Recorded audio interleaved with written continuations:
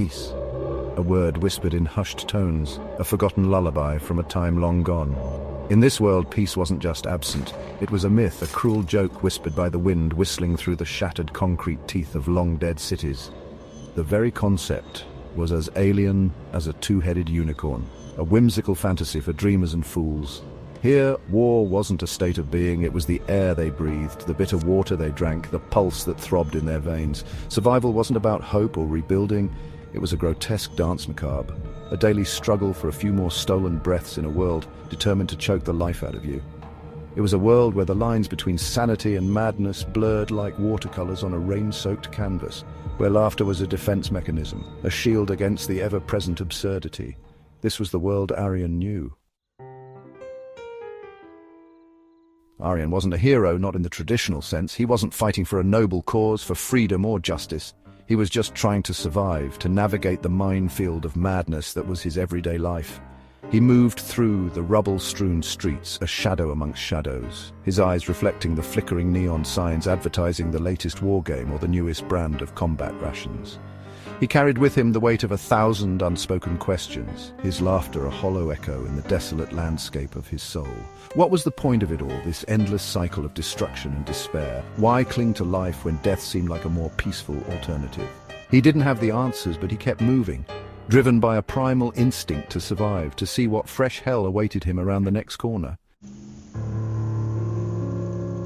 One day, Aryan stumbled upon a peculiar sight.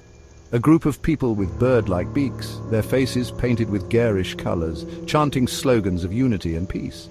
They called themselves the Beak People, a cult-like community led by the enigmatic Madame Harmony, a woman who claimed to hold the key to inner peace in a world consumed by chaos.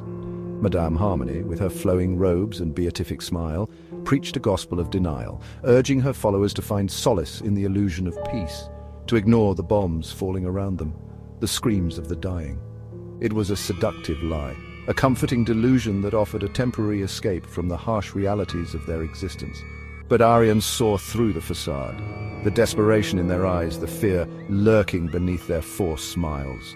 He knew that true peace couldn't be found in blind faith or empty slogans. It had to be fought for, earned through blood, sweat and tears. In this world starved for distractions, even death had become a spectacle. The Festival of Exploding Hearts, a macabre celebration of violence and despair, was the highlight of the year. People flocked from far and wide to witness condemned criminals wired with explosives, their final moments broadcast on giant screens for the morbid amusement of the masses.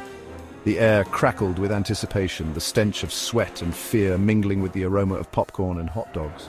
The countdown began, each tick of the clock fueling the frenzy. Then the explosion, a blinding flash of light and a deafening roar, followed by a collective gasp of horrified delight. It was a grotesque ballet of death, a testament to the depths of human depravity that had come to define their existence.